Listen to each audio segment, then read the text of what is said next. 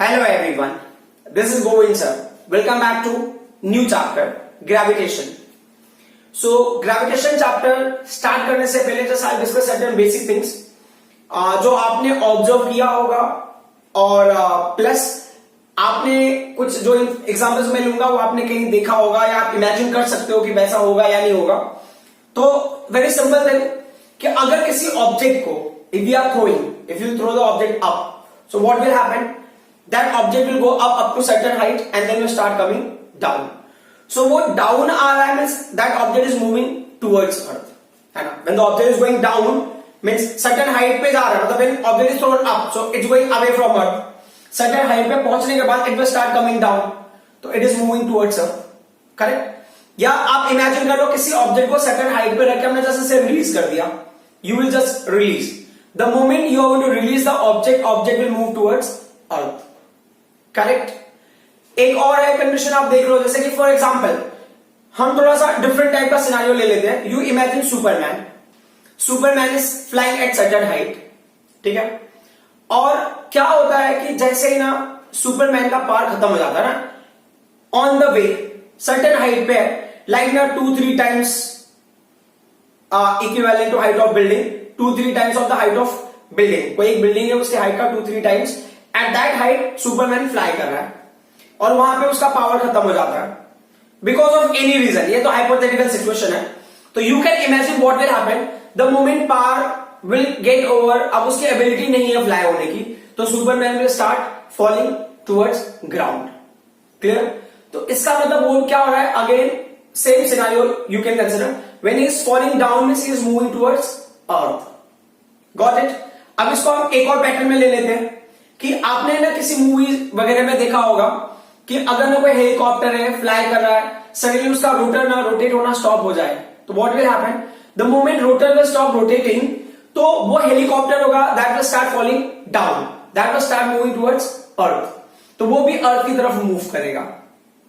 तो ये चीजें आपको समझ में आ रही है ना कि कोई भी ऑब्जेक्ट होगा, अगर उस ऑब्जेक्ट को जस्ट लाइक दैट अगर आप किसी पॉइंट पे रिलीज करते हो विदाउट एनी एक्सटर्नल सपोर्ट, तो वो ऑब्जेक्ट क्या करेगा, will try to move towards अर्थ.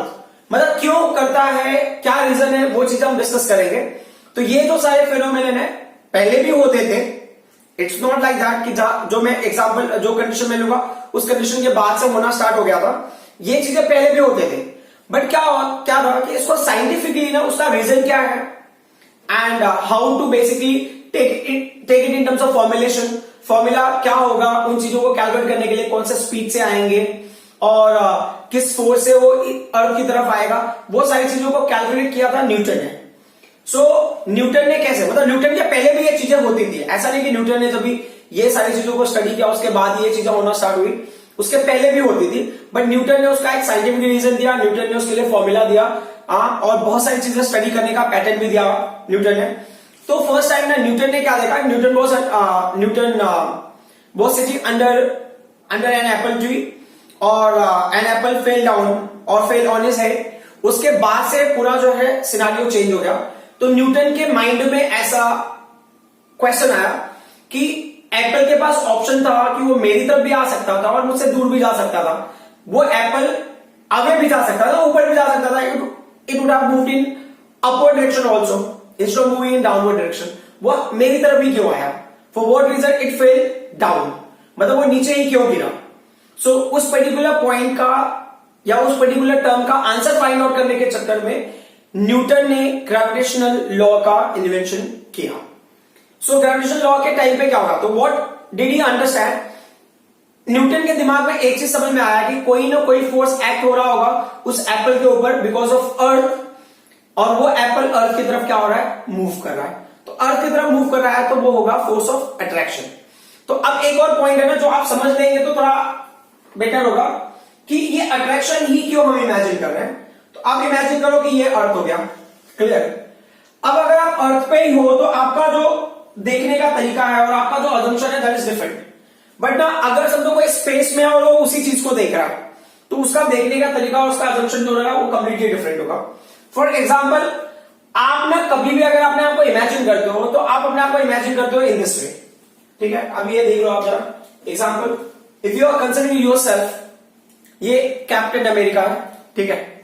सो ये आप और कंसिडर करते हो, तो whenever we are considering, so अगर ये यहां पे स्टैंड हो रहा है तो आप अपने आप को इस सिनारियो में इमेजिन करते हो, करेक्ट, कि आप ना अर्थ के सरफेस पे ऐसे स्टैंड हो, ये आपका हॉरिजॉन्टल सरफेस, आप यहां पे हो और अबव यू, मतलब आपके ऊपर क्या है, एटमॉस्फेयर है, and below your leg there is earth surface पे आप क्या कर रहे हो, स्टैंड कर रहे हो, ठीक है। ये आपका अजम्पशन है कि आप इस तरीके से स्टैंड करते हो, क्लियर।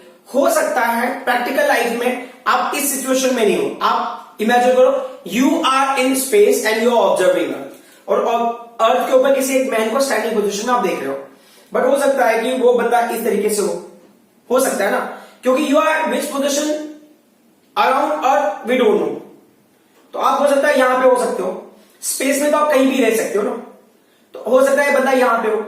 जब ये बंदा यहां पे है तो आपको पता है कि बंदा इस डायरेक्शन में उसका हेड है and the leg is in this direction.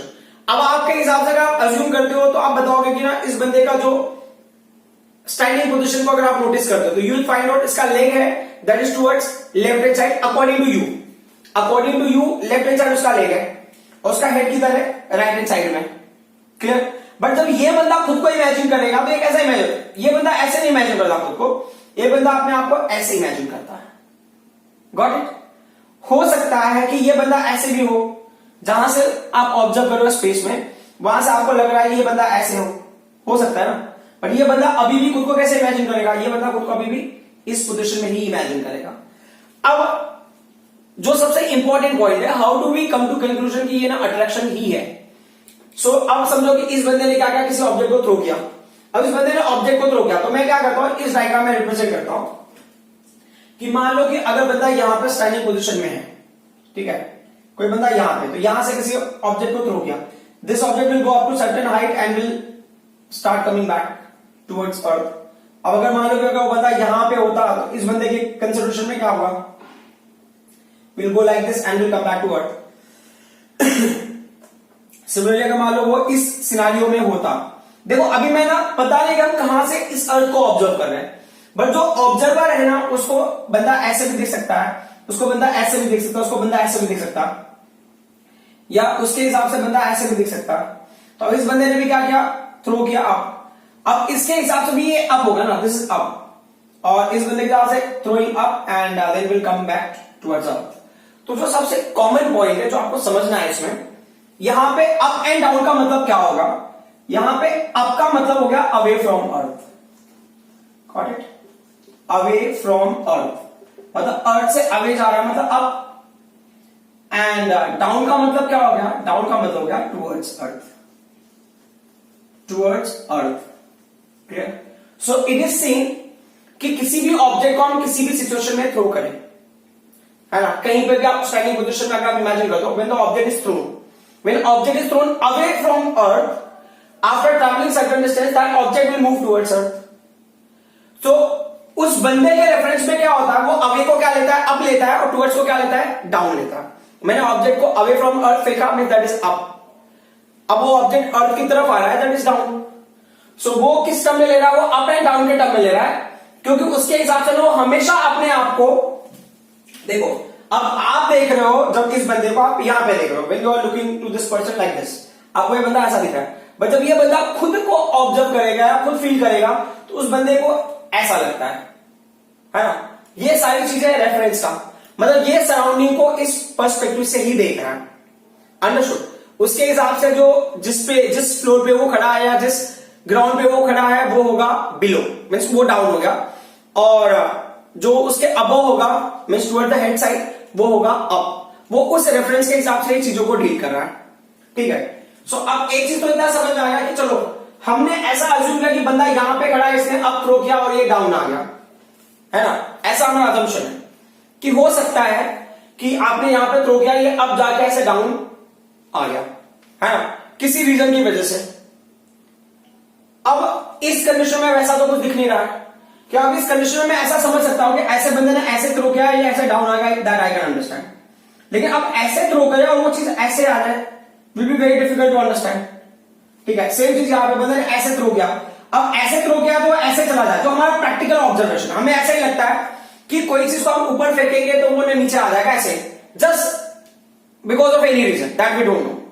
तो इन्होंने क्या बोला कि अगर उस फ्रेम में हम चीजों को स्टडी करें, यहां पे आपने थ्रो किया, इट इज कमिंग डाउन, तो ये नेचुरल प्रोसेस है, हमको लग रहा है ऐसा होता ही है हर केस में।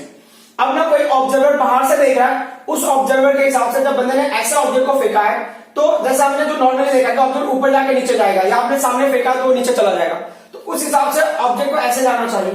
But object is not going like this. Object क्या हो रहा है, आफ्टर ट्रैवलिंग सर्टेन डिस्टेंस वो अर्थ की तरफ जा रहा है। इस केस में तो ऑब्जेक्ट इज थ्रोन डाउन बोली ना, ऑब्जेक्ट को आप डाउन थ्रो करते हो तो it will go downward only, it will not come up. अगर बाउंस नहीं होगा ना, कोई अगर मान लो रबर बॉल है, उसको आपने थ्रो किया, वो ग्राउंड को स्ट्राइक करके ही ऊपर आएगा, some other force is acting on that ball, इसके लिए ऊपर आ रहा है। बट नॉर्मली आपने स्पेस में फेंका ऐसे, ये ऑब्जेक्ट यहां जाके वापस अर्थ की तरफ जा रहा है। इसका मतलब क्या होता है कि हर ऑब्जेक्ट पे अराउंड अर्थ कोई फोर्स एक्ट हो रहा है बाय अर्थ। जितने भी ऑब्जेक्ट्स होंगे अराउंड अर्थ, उन ऑब्जेक्ट्स पे अर्थ के थ्रू कोई फोर्स एग्जिट हो रहा है। वो कैसा फोर्स होगा, वो होगा अट्रैक्शन फोर्स। ठीक है, सो क्या होता है, attraction force of attraction act हो रहा है हर ऑब्जेक्ट पे। Is that clear? मतलब अर्थ क्या करेगा, फोर्स ऑफ अट्रैक्शन एग्जर्ट करेगा each and every object which is around earth. ठीक है, ये किसका ऑब्जर्वेशन था, it was the observation of Newton. Newton ने इन चीजों को ऑब्जर्व किया कि अर्थ के अराउंड जो भी ऑब्जेक्ट होगा, उस ऑब्जेक्ट के ऊपर अर्थ अपना फोर्स एग्जर्ट कर रहा होगा, and that force is in form of attraction. कैसे पता चला, ये चीजें देख रहे हो ना कि आप किसी भी ऑब्जेक्ट को ना अवे फ्रॉम अर्थ फेंक रहे हो, तो आफ्टर ट्रैवलिंग सर्टेन डिस्टेंस वो ऑब्जेक्ट ना टुवर्ड्स अर्थ ही आएगा। क्लियर? और इन चीजों को वैसे आपके सिलेबस में इस तरह से रिप्रेजेंट करने की जरूरत नहीं है, ये जिसमें समझने के हिसाब से बताया आपको। ठीक है, अब एक और पर्टिकुलर पॉइंट था कि जैसे ना नेचर में अगर आपने देखा होगा, नेचर में आपने क्या देखा है कि यू हैव सीन अर्थ। ठीक है, ये हो गया अर्थ। ठीक है, तो अभी अर्थ के अराउंड अगर मैं कंसिडर करूं, तो अर्थ के अराउंड आपने मून को कंसिडर किया। ठीक है, तो मून क्या करता है, moon is revolving, moon is revolving around earth. तो अब क्वेश्चन है कि ये कौन सा फेनोमेनन है, is it again happening because of force of attraction या सम अदर रीजन। ठीक है, तो अब इन्होंने क्या बताया कि चलो ठीक है, इस पॉइंट पे हम आते हैं, इसके पहले एक और चीज देख लो कि अगर आपने कंसिडर किया ये अर्थ है, करेक्ट, बराबर, और फिर आपने यहां पे एप्पल कंसिडर किया, तो एक चीज तो समझ में आ गया कि एप्पल वॉज मीन्स ड्राई। अर्थ क्या करता है कि force is exerted by earth on Apple, तो इसके लिए एप्पल क्या होगा, डाउनवर्ड डायरेक्शन में जाएगा। तो will the Apple exert force on earth? ठीक है, सो ये आपको बताना है, अर्थ exerts force of attraction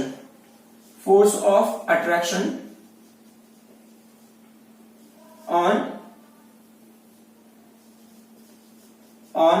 apple. At the same time apple also exerts force of attraction on earth.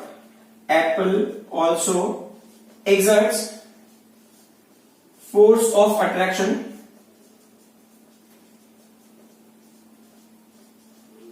on earth.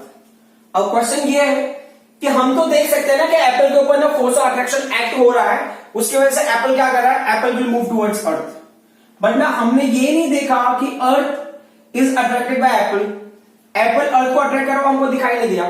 तो ये बोले वो सिंपल सा कॉन्सेप्ट है इसका कि आपने एक फॉर्मूला देखा होगा, F is equal to m into a. Clear? तो जहां पे A इज इक्वल टू क्या होगा, F अपॉन m, मतलब जो अमाउंट ऑफ फोर्स है ये फिक्स्ड होगा, तो जो एक्सेलरेशन है वो क्या होगा, इनवर्सली प्रोपोर्शनल टू मास होगा। ठीक है, सो ये A क्या है, A is the acceleration. Acceleration मतलब क्या होगा, चेंज इन वेलोसिटी, और m क्या होगा, मास। तो आप देख सकते हो कि मास अगर ज्यादा होगा तो एक्सेलरेशन कम होगा। तो देयर से या न्यूटन का जो ऑब्जर्वेशन था, न्यूटन के ऑब्जर्वेशन के हिसाब से क्या था कि mass of apple is very less, understood. तो मास अगर कम होगा तो acceleration will be very high. तो एक्सेलरेशन ज्यादा होने का मतलब क्या होता है, what do you mean by acceleration, more acceleration. तो एक्सेलरेशन का फॉर्मूला क्या होता है, a is equal to v minus u upon t, जहां पे u का वैल्यू हमने क्या ले लिया, 0 ले लिया। तो ये जो वेलोसिटी गेन होगा ना, 0 से सर्टेन वेलोसिटी जो गेन होगा वो किस पे डिपेंड करता है, एक्सेलरेशन पे डिपेंड करता है। More the acceleration more the velocity gain you have in short interval of time. और अगर लेस एक्सेलरेशन होगा तो वेलोसिटी गेन लेस होगा। बट अब ये क्या बोल रहे हैं कि जितना ज्यादा मास होगा उतना कम आपको एक्सेलरेशन मिलेगा। Are you getting my point? So mass जितना ज्यादा होगा एक्सेलरेशन उतना कम होगा, मास जितना कम होगा एक्सेलरेशन उतना ज्यादा होगा। ठीक है, तो ये बोल रहे हैं कि एप्पल का मास कम है तो एक्सेलरेशन ज्यादा हो गया, एक्सेलरेशन ज्यादा हो गया तो वेलोसिटी गेन ज्यादा होगा। तो यू कैन सी ना कि A प्रोपोर्शनल टू V हो गया। सो आप बता सकते हो greater acceleration greater velocity gain, greater acceleration, ये पॉइंट आप नोट कर लोगे तो बेटर होगा, greater acceleration greater velocity gain. समझ आ रहा है, ग्रेटर वेलोसिटी गेन मतलब एक्सेलरेशन ज्यादा होगा तो वेलोसिटी गेन भी क्या हो गया, ज्यादा हो जाएगा। Is that clear? और अर्थ का मास इज सो हाई कि अगर उसमें एक्सेलरेशन जनरेट भी होगा तो that is very small, very little in quantity, तो वो एक्सेलरेशन आपको दिखाई नहीं देता। अंडरस्टूड? हो सकता है कि ना earth is trying to move towards apple but ना वो दिखाई नहीं देता, दैट इज वेरी स्मॉल। आप उसको कैलकुलेट करना भी बहुत डिफिकल्ट होगा, मतलब दैट इज 0.00000 कितने टाइम जीरो होगा उसके बाद जाके वैल्यू एग्जिस्ट होगा। अंडरस्टूड? इतना small amount of force act होगा ऑन अर्थ। तो अभी अमाउंट ऑफ फोर्स बराबर होगा, एक्सेलरेशन उतना एक्ट होगा, अमाउंट ऑफ फोर्स जो एक्सर्ट करेंगे एक दूसरे के ऊपर दैट विल बी सेम, मतलब जितना ये उसके ऊपर फोर्स एक्सर्ट उतना ही फोर्स ये इसके ऊपर एक्सर्ट करेगा, तो amount of force will be same but what will be different, acceleration will be different. Got it? So acceleration की वैल्यू डिफरेंट होने से क्या होगा कि हमको एक ऑब्जेक्ट पे इफेक्ट दिखाई दे सकता है, सेकेंड ऑब्जेक्ट पे इफेक्ट नहीं दिखाई दे सकता, there is a possibility. Is that clear? अब इन चीजों को ना थोड़ा और डिटेल में देख लेते हो। तो जैसे अभी यहां पे कंसिडर करो तो वैसे ही क्या होता है कि अर्थ क्या करता है, मून को अपनी तरफ अट्रैक्ट करता है ना? तो earth will attract moon towards itself और at the same time moon भी क्या करता है, अर्थ को अट्रैक्ट करेगा। ठीक है, दोनों के फोर्स की वजह से क्या होता है, moon will start revolving around earth. अब इस पॉइंट को मैंने थोड़े अलग एग्जांपल से समझाने की कोशिश करूंगा। दैट इज, आप इमेजिन करो ना कि दो लोग मिलकर ना गेम खेल रहे हैं जिसको हम बोलते हैं फुगड़ी game. Let's see what is that game. So उस गेम में क्या होता है कि एक बहुत सिंपल सा क्राइटेरिया ये होता है कि आपको दो बंदे लेने हैं और दोनों का मास क्या होना चाहिए, सेम होना चाहिए। ठीक है, तो अगर दोनों का मास सेम है तो क्या होगा, देखो अभी यहां पे आप इमेजिन करो तो ये बंदा हो गया। अभी गेम क्या है वो आपको थोड़ी देर में समझ में आ जाएगा, one side draw the diagram. ठीक है, ऐसे ये दो बंदे इस गेम को खेल रहे हैं। ठीक है, और इनका मास ना कंपेरेबल मास है, मतलब कि इनके मास ऑलमोस्ट सेम होंगे। ठीक है, ये गेम आपने देखा होगा है ना, दो लोग एक दूसरे का हाथ पकड़ के and then they will exert the force on the leg and they will start revolving. तो अगर ये दोनों का ना फोर्स जो है, देखो अभी इस बंदे के ऊपर इसने फोर्स एक्सर्ट किया, एट द सेम टाइम इस बंदे ने इसके ऊपर भी फोर्स एक्सर्ट किया, ऐसे, तो दे will exert force on each other, तो अमाउंट ऑफ फोर्स है वो इक्वल होगा। प्लस अगर इनके मासेस सेम है ना, सेम मासेस। ठीक है, अगर सेम मास होगा तो then they will start revolving about the common centre along the circumference of a circle. तो ये कॉमन सेंटर का अलोंग क्या करते हैं, रिवॉल्व करते हैं। तो एक सर्कल होगा, उस सर्कल के सर्कमफरेंस में क्या करेंगे, रिवॉल्व करेंगे। तो इसमें कोई इशू नहीं है। ऐसे बहुत सारे सिस्टम्स होते हैं स्पेस में जो आपको देखने को मिलेगा कि दैट टू स्टार्स और वो एक दूसरे को अट्रैक्ट कर रहे हैं, दोनों का मास सेम है, तो then they will start revolving about a common centre. मुझे भी उतने डिटेल में जाने की जरूरत नहीं है। The part which we need to understand is कि अगर इनके मासेस डिफरेंट है ना, अगर इनके मासेस डिफरेंट हो गए तो क्या होगा, तो you must have seen this example. अभी आप देख सकते हो कि एक छोटा सा बेबी है ना, करेक्ट। सो अब इस कंडीशन में क्या होता है कि लिटिल बेबी लाइक एक अडल्ट है और ना 1 और 2 ईयर ओल्ड बेबी के साथ में खेल रहा है। सो ये ऑलमोस्ट इसके जैसा ही कॉन्सेप्ट है, बट व्हाट इज हैपनिंग कि ये बंदे ने क्या करना, बेबी के ऊपर फोर्स एक्सर्ट किया, मतलब या ये ऐसा हो गया, उल्टा ले लेता हूं। ये क्या करता है, बेबी को अपनी तरफ अट्रैक्ट करता है, बेबी भी क्या करेगा, इसको अपनी तरफ अट्रैक्ट करने की कोशिश करेगा। Clear? So they are exerting force on each other, but what is happening, जो मास होगा किसका, अडल्ट का, जो अडल्ट का मास है और जो चाइल्ड का मास है, उनको अगर कंपेयर करेंगे तो अडल्ट का mass is far greater than the mass of child. तो ऐसे सिचुएशन में क्या होता है कि जो लाइटर मास होगा या स्मॉलर मास होगा that will start revolving around the heavier mass. ठीक है, अगर वो एक दूसरे के ऊपर equal amount of force exert कर रहे हैं तो सेम सिनेरियो हो जाता है यहां पे। जब अर्थ ना मून को अपनी तरफ अट्रैक्ट करेगा, at the same time moon will try to attract earth towards itself, तो क्या होता है, instead of going along a line in a straight line, moon will start revolving, क्योंकि मून का मास ना इन कंपेयर टू अर्थ क्या है, बहुत कम है। अंडरस्टूड? सेम थिंग होता है जब अर्थ ना रिवॉल्व करता है सन के अराउंड, तो सन क्या करता है, अर्थ को अपनी तरफ खींचता है, earth is trying to pull sun in its own direction. तो दोनों के ऊपर एक दूसरे के ऊपर फोर्स एक्सर्ट करते हैं। तो जो अर्थ का मास होता है that is far lesser in compare to sun, तो उसके लिए क्या करेगा, earth will start revolving around sun. Is that clear? ये नेचुरल रूल है, it's a very basic thing which you need to know. और एक एग्जांपल इन्होंने और क्या दिया है कि एक आप थ्रेड ले लो, थ्रेड को अपने स्टोन से अटैच कर दो, देन आप ना स्टोन को अपना ड्रैग करो अपनी तरफ। जब आप अपनी तरफ खींचने की कोशिश करोगे तो क्या होगा, this stone will start revolving. ठीक है, अब ऐसे रिवॉल्व होगा, इट विल स्टार्ट रिवॉल्विंग। ये सेंटर हो गया। सो अब हर जगह पे इसका क्या होगा, लीनियर वेलोसिटी होगा। ये लीनियर वेलोसिटी कैसे पता चलता है कि आप मान लो स्टोन को रिवॉल्व करते टाइम आप रिलीज कर दो, the moment you release the stone will try to go like this, but क्या होता है, एवरी इंस्टेंट ऑफ टाइम में इसके डायरेक्शन को कोई चेंज कर रहा है, there is something which is changing its direction. उस डायरेक्शन को कौन चेंज कर रहा है?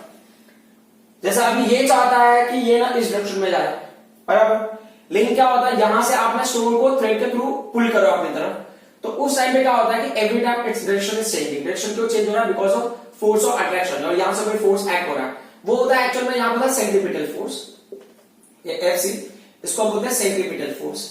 सेंट्रीपिटल फोर्स का डायरेक्शन क्या होता है, सेंट्रीपिटल फोर्स, इसकी रिक्वायरमेंट किस लिए होती है? सेंट्रीपिटल फोर्स में सर्कुलर मोशन के लिए हेल्प करता है। सेंट्रीपिटल फोर्स का डायरेक्शन होता है टुवर्ड्स द सेंटर, तो इसके लिए ये चाहता है कि ऑब्जेक्ट ना सेंटर की तरफ आए, और क्या होता है कि ये ना एवरी पॉइंट पे क्या होता है, टेंजेंशियल डायरेक्शन उसका खुद का लीनियर वेलोसिटी होगा। लाइक अगर पार्टिकल यहां पहुंचेगा तो particle will try to go like this, but centripetal force again उसको क्या करेगा, सेंटर की तरफ ड्रैग करेगा, इसके लिए क्या होता है, बेंड हो जाता है। अंडरस्टूड? सो अगर ऑब्जेक्ट कहीं और जाना चाहता है या किसी और डायरेक्शन में फोर्स एक्सर्ट कर रहा है, बट उस ऑब्जेक्ट के ऊपर ना हैवियर ऑब्जेक्ट अपने डायरेक्शन में फोर्स एक्सर्ट करेगा, तो हो सकता है वो ऑब्जेक्ट सर्कुलर पाथ में सेट हो जाए।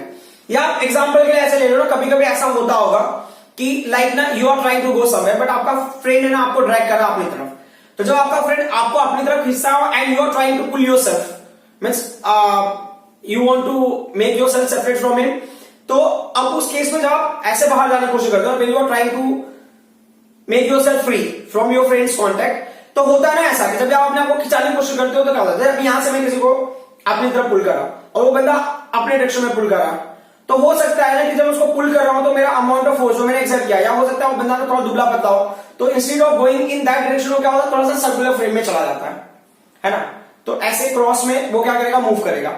तो वो रीजन किसकी वजह से होगा, due to difference in mass. About common centre revolve करना स्टार्ट करते हैं तो कुछ उस तरह का सिनेरियो मिलता है जब हम ना डिस्कस करते हैं force acting on two object, है ना, जब वो एक दूसरे को फोर्स एक्सर्ट करते हैं, तो लाइटर ऑब्जेक्ट क्या करेगा, will start revolving around the heavier object, और heavier object will remain at the center. ठीक है, और अगर ऑब्जेक्ट में सर्कुलर मोशन परफॉर्म कर रहा है तो कौन सा फोर्स एक्ट हो रहा होगा, सेंट्रीपिटल फोर्स एक्ट हो रहा होगा।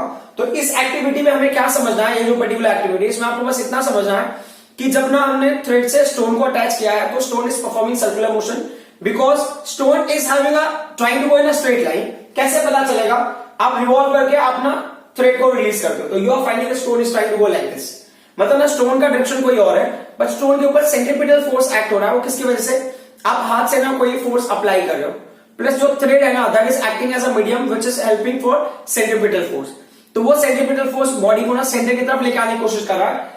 ये हो गया फोर्स ऑफ अट्रैक्शन की तरह ही काम कर रहा है ना, जो अर्थ वाला कॉन्सेप्ट है कि मतलब मान लो कि यहाँ पे अर्थ हो गया और वो मून को क्या कर अट्रैक्ट कर रहा है, तो moon is trying to go like this, got it, अपने ओन वेलोसिटी या किसी भी रीजन की वजह से, तो क्या होता है, अर्थ ने क्या किया, उसको अपनी तरफ ड्रैग कर लिया, तो इस वजह से वो क्या होता है, सर्कुलर पाथ में सेट हो जाता है।